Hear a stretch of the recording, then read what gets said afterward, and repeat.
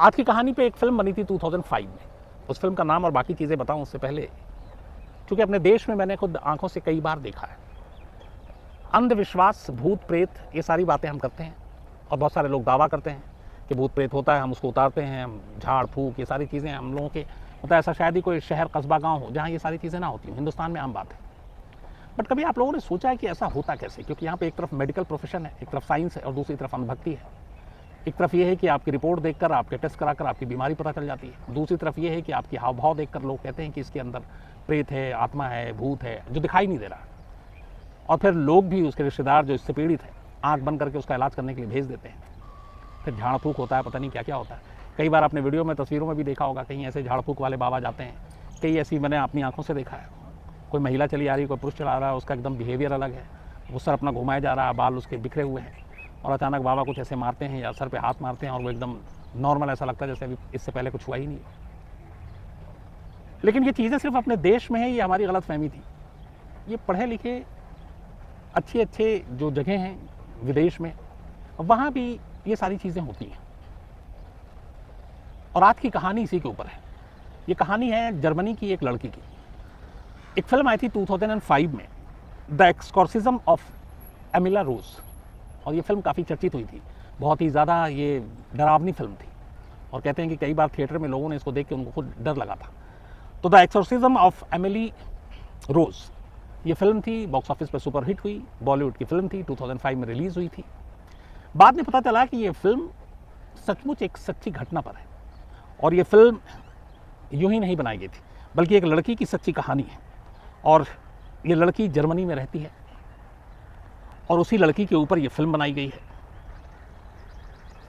और इस फिल्म में जो चीज़ें दिखाई गई, पता नहीं आप में से बहुत सारे हमारे क्राइम तक फैमिली मेंबर ने शायद देखा हो। जो पूरी कहानी है और इसमें क्या कुछ होता है वो अलग चीज़ है। जो असल ज़िंदगी की कहानी है एमिली रोज, ये कहानी क्या है ये मैं आपको बताता हूँ। दरअसल एमिली रोज फिल्म में नाम था, लेकिन असली नाम इस लड़की का था एनीलीज माइकल। एनीलीज माइकल जर्मन में एक कैथोलिक फैमिली में जन्म लेती है 1952 में। परिवार बेहद कट्टर और धार्मिक, 3 बहनें और माँ बाप। एनीलीज धीरे धीरे अपने उसी परिवार में पलती बढ़ती है, लेकिन एक इसकी सिस्टर, जब इसकी एनीलीज की उम्र 8 साल थी, उसकी डेथ हो गई। उसके डेथ होने के बाद परिवार को एक सदमा भी लगा। अब 2 बेटियां बची, तो माँ बाप का सारा फोकस अपनी बाकी दोनों बेटियों की तरफ थी। लेकिन ये परिवार बेहद धार्मिक कट्टर था और बहुत सारी चीज़ों को मानता था और इसलिए अपनी दोनों बेटियों पे काफ़ी नज़र रखता और इनको सारे मतलब जो पाप और पुण्य, ये सारी चीज़ें बताते। एनीलीज पढ़ने लिखने में तेज़ थी, उसको स्कूल में एडमिशन मिला, वो स्कूल गई और स्कूल में बहुत अच्छा कर रही थी, हर सब्जेक्ट में वो बेहतर नंबर लाती थी, क्योंकि उसको पढ़ाई लिखाई का बहुत शौक था। धीरे धीरे वक्त बीतता है, एनीलीज 16 साल की हो जाती है। अभी तक सब कुछ ठीक था। 16 साल की उम्र में पहली बार एक दिन वो स्कूल जाती है और बिल्कुल ठीक थी, कोई प्रॉब्लम नहीं थी। अचानक क्लासरूम में वो बेहोश होकर गिर जाती है। अब जैसे ही वो बेहोश होकर गिरती है, 2 चीज़ें होती हैं जो उसके बाकी स्टूडेंट्स से क्लास में देखते हैं। वो एनीलीज को उठाने की कोशिश करते हैं, बट एनीलीज का जो उस वक्त वजन था इतना नहीं था कि वो ना उठा पाए, लेकिन उन्हें एहसास होता है कि इसका वजन बहुत ज़्यादा है और वो उठ नहीं रही है। फिर वो टीचर बाकी लोगों को बताते हैं। खैर थोड़ी देर के बाद एनीलीज को होश आ जाता है, लेकिन जब वो होश आता है तो उसको लेटा कर रखा गया, तो क्योंकि वो बेहोश थी। होश आने के बाद उसे सिर्फ एक चीज़ में फ़र्क महसूस होता है और उसे लगता है कि उसके अंदर बहुत सारा वज़न पैदा हो गया, वो बहुत भारी हो गई है और अपने आप को उठा नहीं पा रही है, ये उसके दिमाग में था और उसने बताया। खैर इसके बाद उसे डॉक्टर को दिखाया गया और घर भेज दिया गया। माँ बाप को सारी चीज़ें पता चली। घर जाने के बाद भी इसने माँ बाप को बताया कि मुझे अचानक लग रहा है कि मैं बहुत ज़्यादा वज़नी हो गई, मैं भारी हो गई, मेरा शरीर पहले जैसा नहीं लग रहा है। माँ बाप ने कहा कुछ ऐसी चीज़ हुई होगी, ठीक हो जाएगा। उन्होंने समझाया, बात आई गई होगी। कुछ महीने तक बिल्कुल नॉर्मल रहा इसके बाद, लेकिन कुछ महीने बाद अचानक एक रोज़ फिर वो बेहोश हो जाती है। बेहोश होने के बाद जब वो उसको होश आता है तो फिर कहती है कि मुझे बहुत भारी लग रही हूँ मैं, और वैसे ही उसके अंदर फीलिंग थी जो इससे पहले थी। माँ बाप फिर उसे डॉक्टर को दिखाते हैं, डॉक्टर कहता है कुछ नहीं है। साल भर के अंदर अंदर तीसरी बार उसके साथ यही चीज़ होती है, उसे फिर एक तरह से बेहोशी का आलम होता है, वो गिरती है और फिर कहती है कि मैं भारी हो रही हूँ। फिर डॉक्टर को दिखाया जाता है, लेकिन कुछ दिन तक ठीक रहता है। पर इस बार, इस 1 साल में तीसरी बार होने के बाद अब धीरे धीरे उसकी हालत थोड़ी बिगड़ती रहती है। वो अजीब अजीब हरकतें करती रहती है, कभी कभी चीखने लगती, कभी चिल्लाने लगती, कभी कहती है मुझे कुछ रंग दिखाई दे रहा है, कभी कहती है मुझे आवाज़ सुनाई दे रही है, कभी कहता है कोई अजीब बातें कर रहा है मैं, और वहाँ आसपास कोई नहीं होता। माँ बाप परेशान हो गए, डॉक्टर को दिखाया, साइकेट्रिस्ट को दिखाया, उन्होंने सारे टेस्ट किए, सारी चीज़ें की, कोई प्रॉब्लम नहीं निकली। उन्होंने कहा ये सब वहम है, बात आई गई हो गई। कुछ वक्त और बीता, करीब 1970, 18 साल की हो चुकी थी अब तक एनालिस। इस दौरान में उसने कॉलेज में एडमिशन भी ले लिया और पढ़ाई लिखाई में वो शुरू से शार्प थी, तेज़ थी। उसकी इस बीमारी का पढ़ाई लिखाई पे भी कोई असर नहीं हो रहा था। 70 में अचानक फिर उसे एक दिन दौरा पड़ा, डॉक्टर को दिखाया गया तो पता चला ये मिर्गी का दौरा था। खैर उसका इलाज हुआ, इलाज होने के बाद उस ठीक हो गई, घर पहुंच गई। छुट्टी आने, जो अस्पताल से छुट्टी मिली उसके घर पहुंचने के बाद, लेकिन उसकी हालत फिर धीरे धीरे बिगड़ती रही। माँ बाप ने तमाम कोशिश की डॉक्टर को दिखाने की, दिखाया, डॉक्टर बार बार उसे कहते कि कोई बीमारी नहीं है, कोई मानसिक बीमारी नहीं है, वो फिट है। अब इधर एक तरफ वो कॉलेज में थी, फाइनल ईयर में पहुंच गई, एग्ज़ाम दिया और ग्रेजुएट भी हो गई और बहुत अच्छे नंबरों से। अब यहाँ दो चीज़ें हैं, एक उसकी पर्सनल लाइफ, उसे अजीब सा दौरा पड़ता, वो कहती मुझे रंगें दिखाई दे रही हैं, मुझे चीखें सुनाई दे रही हैं, कभी कहती मैं भारी महसूस कर रही हूँ, ऐसा लगता है मेरे अंदर कोई है। और दूसरी तरफ स्टडी और पढ़ाई, जिसमें वो लगातार अव्वल नंबर अच्छे ला रही है, हमेशा अच्छे नंबरों से पास हो रही है। तो डॉक्टरों को जब इसी सारी चीज़ें बताई गई तो कहा गया कि अगर ये मानसिक इसकी हालत ठीक नहीं होती तो शायद ये पढ़ाई लिखाई भी नहीं कर पाती। लेकिन थ्रू आउट स्कूल से लेकर कॉलेज तक इसकी स्टडी बहुत अच्छी है, नंबर बहुत अच्छे हैं, इसको सारी चीज़ें पता है, दिमाग में सारी याददाश्त इसके सब कुछ रहती है। तो आखिर वजह क्या है? तो डॉक्टरों ने कहा, माँ बाप को समझाया, खुद एनालिस को भी समझाया कि तुम्हें कोई प्रॉब्लम नहीं, तुम अपना फोकस पढ़ाई पे रखो। कुछ दिनों तक ये सारी चीज़ें नहीं, सब कुछ ठीक रहा। लेकिन फिर 1973 में अचानक एनालिस के बिहेवियर में बदलाव आने लगा और तब तक वो करीब 19 साल की हो चुकी थी। अब उसे लगा कि उसके शरीर में कोई है और उसे तंग कर रहा है। अब ये माँ बाप को बताया तो माँ बाप को भी अजीब लगा, क्या करें। और इसके बाद उसकी सेहत लगातार गिरती गई, क्योंकि वो बार बार कह रही मेरे शरीर में कोई है, मेरे शरीर के अंदर कुछ है, मैं वजन अजीब सा लग रहा है, बहुत सारी और चीज़ें। फिर डॉक्टरों को दिखाया गया, डॉक्टर भी वही कह रहे हैं कि ऐसा कुछ नहीं है और उसके अंदर कोई परिवर्तन नहीं है। लेकिन इसके बाद उसने वो चीज़ें करनी शुरू की जो इससे पहले अब तक नहीं किया था। 2-3 साल की बीमारी में उसने अपने ही कपड़े फाड़ने शुरू कर दिए, वो कीड़े मकोड़े देखती उनको खाना शुरू कर दिया, लोगों के ऊपर हमला कर देती और उसकी कुछ देर के बाद बिल्कुल नॉर्मल हो जाती। फिर भी घर वाले इलाज करते रहे। एक दिन घर वालों ने देखा अचानक कि जब सारी चीज़ें हो रही थी, कपड़े फाड़ रही थी और वो कर रही थी, चूँकि कैथोलिक फैमिली से थी, घर वाले बहुत ही धर्म कर्म को मानने वाले लोग थे, तो उनके यहाँ क्रॉस भी था। तो ये सारी चीज़ें जब हो रही थी तो इत्तेफाक से अनजाने में उन्हें मालूम नहीं था कि एक क्रॉस अचानक एनालिस के सामने लाया गया। जैसे क्रॉस एनालिस के सामने लाया गया, वो अचानक वहाँ से भाग गई, उससे दूर भागने लगी। घर वालों को बड़ा अजीब बिहेवियर लगा, क्योंकि वो भी कैथोलिक और ये सारी चीज़ें मानती थी, हमेशा वो प्रेयर के लिए भी जाती थी।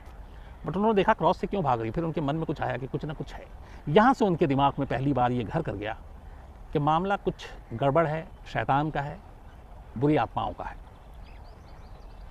इसी के बाद माँ बाप ने पहली बार वहाँ के बिशप से संपर्क किया जर्मनी में। उन्होंने बताया अपनी बेटी के बारे में। बिशप ने कहा कि आप उसको लेकर आओ, मैं देखता हूँ। उन्होंने देखा। इस दौरान में उसकी सेहत लगातार कमज़ोर होती जा रही थी। इत्तेफाक से बिशप के सामने भी कुछ चीज़ें ऐसी हुई जिससे बिशप को लगा कि यह मामला थोड़ा शैतान का है, और फिर वो क्रॉस और वो सारी चीज़ें आई तो वो भी उसी तरह से भागने लगी। तब बिशप ने फिर आदेश दिया, उन्होंने 2 पादरियों को डिप्यूट किया कि आप एनालिस का इलाज करो और पता करो कि ये इसकी बीमारी है क्या। अब 2 पादरी को डिप्यूट कर दिया गया। इन दोनों को डिप्यूट करने के बाद जब इलाज शुरू हुआ तो इसके बाद पादरियों को पहले ये लगा कि कुछ है नहीं मामला, लेकिन फिर धीरे धीरे अचानक एनालिस उनके सामने भी उसका बिहेवियर चेंज होने लगा और अचानक वो ठीक ठाक होती, पादरी के सामने आती, लेकिन फिर उसकी तबीयत बिगड़ने लगती। 1975 में बिशप के कहने पे 2 पादरी स्पेशली एनालिस के इलाज के लिए तैयार हुए थे और उन्होंने इलाज शुरू किया। इसके बाद फिर यह तय हुआ कि इसका एक स्पेशल सेशन होगा इसके इलाज का। करीब 10 महीने तक 75 से 76 के बीच में 2 पादरियों ने एनालिस के इलाज के लिए 67 सेशन किए। यह सेशन हफ्ते में 1 होता या 2 होता, और एक सेशन 1 घंटे से लेकर 4 घंटे का होता, और ऐसे 67 सेशन उन्होंने किए। और शुरू के कुछ सेशन के बाद ही उन्होंने कहा कि एनालिस के शरीर में 6 अलग अलग तरह की आत्मा घुसी हुई है, और ये उन्होंने बिशप को रिपोर्ट दी। ये सारी जो चीज़ें बता रहा हूँ ये सब रिकॉर्ड पे, आगे बताऊँगा कैसे। तो उन्होंने बिशप को रिपोर्ट दी कि इसके अंदर 6 अलग अलग भूत एक तरह से घुसा हुआ है और उसी की वजह से ये तंग है।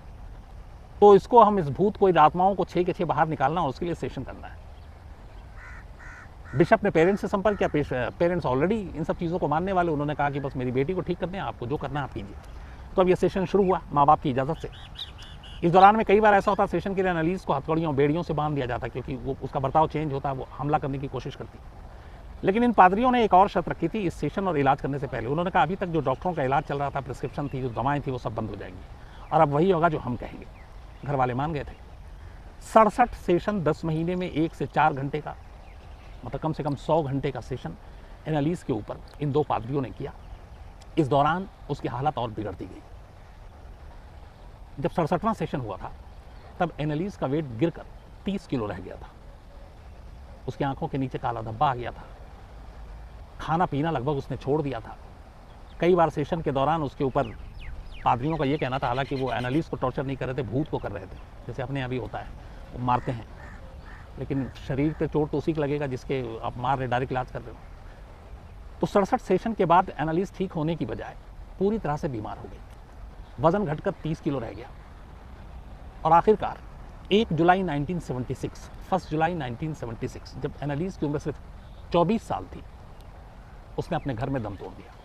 ठीक 67वें सेशन के एक रोज बाद उसकी मौत हो गई। अब मौत के बाद ऑटोप्सी जरूरी थी, पोस्टमार्टम हुआ। पोस्टमार्टम रिपोर्ट ने सारी कहानी पलट दी। पोस्टमार्टम रिपोर्ट जब आई तो पोस्टमार्टम रिपोर्ट में एनालिस्ट के दांत में फ्रैक्चर दिखाया गया कि उसको डिहाइड्रेशन था।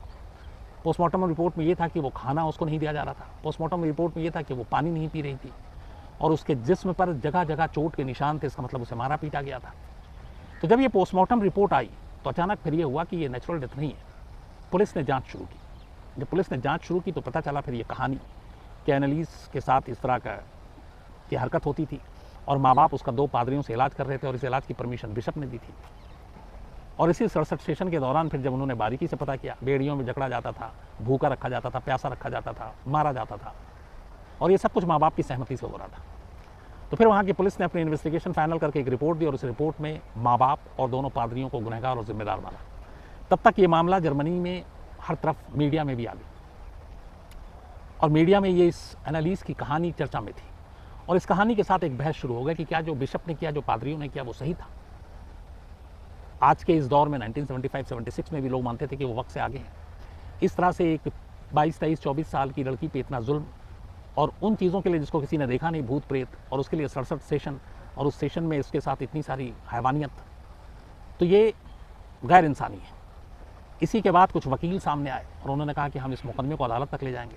मामला एक तरफ धर्म का था, एक तरफ चर्च का था, बिशप का था, पादरी का था। लेकिन फिर ये मामला कोर्ट में गया। कोर्ट में बड़ी लंबी बहस हुई। माँ बाप के स्टेटमेंट, माँ बाप ने कहा कि हाँ हमने भेजा है। बिशप ने कहा कि हमने अच्छी मंशा, अच्छी नीयत से 2 पादरी को डिप्यूट किया था। दोनों पादरियों ने कहा कि हम इसके अंदर से 6 आत्माओं को निकालना चाहते थे और इसलिए हम इसका इलाज कर रहे थे ताकि पवित्र आत्मा ही इसके अंदर बचे। तो हम लोगों ने कोई क्राइम नहीं किया है। अब उस वक्त तक ये मामला वहाँ पे 2 तरह से बढ़ भी गया था। एक तरफ हार्डकोर थे, एक तरफ जो इन चीज़ों के खिलाफ थे कि ये गलत है, तो बीच में धर्म भी आ गया। आखिर में अदालत ने अपना फैसला सुनाया। 1978 में ये अदालत का ये फैसला आया और अदालत ने दोनों पादरियों को 6-6 महीने और माँ बाप को भी सज़ा दी, लेकिन जेल की नहीं। उन्होंने कहा ये 6-6 महीने की सज़ा, पादरियों को तो जेल की सज़ा थी, लेकिन बाद में वो सस्पेंड कर दिया गया और बाकी उनकी सज़ा ये थी कि अब आप इस मामले में जो आपने किया है, तो अदालत तो आपको गुनहगार मानती है, लेकिन चूंकि आप लोगों का जो एक तो पादरी हैं और माँ बाप की मर्ज़ी से ये सब कुछ हुआ है, तो फिर आपको जेल नहीं जाना होगा, लेकिन बाकी कुछ उनको मामूली सी सज़ाएं दी गई। इसको लेके भी हंगामा हुआ कि एक 24 साल की हंसती खेलती इतनी तेज़ तर्रार लड़की जो हमेशा फर्स्ट आती थी, उसकी मौत अंधविश्वास, अंधभक्ति के चक्कर में हो गई और पढ़े लिखे लोग, पादरी, माँ बाप, इन लोगों ने उसमें रोल प्ले किया, तो उसको सज़ा होनी चाहिए। लेकिन ऐसा हुआ नहीं और अदालत भी शायद कहीं ना कहीं दबाव में थी और इसी वजह से उस दबाव के चलते इस मामले में जो सज़ा होनी चाहिए थी वो सज़ा दी नहीं गई और इस तरह से एक 24 साल की लड़की, इस शक पर कि उसके शरीर के अंदर 6 भूत हैं, उसकी जान चली गई। तो इसी के ऊपर 2005 में ये फिल्म आई थी और फिल्म ने काफ़ी पूरी दुनिया में अच्छा बिजनेस भी किया था और तब ये पता चला था कि ये रियल स्टोरी है।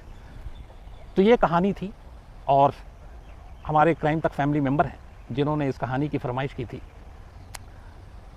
तो मैंने कहा कि आज आपको ये कहानी सुनाता हूँ। लेकिन इस पूरी कहानी में एक नसीहत ये है कि हम सिर्फ रोते हैं अपने देश में कि हमारे यहाँ अंधविश्वास, अंधभक्ति, ऐसी सारी चीज़ें, बाबा, झाड़ फूक, भूत प्रेत, लेकिन दुनिया के बाकी देशों में भी, अब जर्मनी जैसा देश, ऐसा नहीं 74-75 में भी जर्मनी बहुत डेवलप कंट्री था, तो वहाँ पे भी अगर इस तरह की चीज़ें हैं तो फिर इसका मतलब है कि अछूता नहीं है कोई, और ये चीज़ें कहीं ना कहीं हैं। लेकिन अफसोस की बात है, क्योंकि अगर पूरी कहानी का निचोड़ आप ये देखें तो इन चीज़ों के चक्कर में एक 24 साल की लड़की की जान चली गई। और उस पोस्टमार्टम रिपोर्ट में ये भी था कि अगर इसको शायद एक हफ्ता पहले डॉक्टर के पास ले आते, हॉस्पिटल ले आते, तो उसकी जान बच सकती थी। और डॉक्टरों ने उसकी फिर बताया कि उसका क्या क्या इलाज हो सकता था। लेकिन पादरियों ने पहला शक यही रखा था कि ये जो मेडिकल सारी इसको सुविधाएं हैं, डॉक्टर हैं, दवाएं हैं, वो चीज़ें नहीं दी जाएंगी, हमारा ही इलाज चलेगा। और इस चीज़ ने एक बच्ची की जान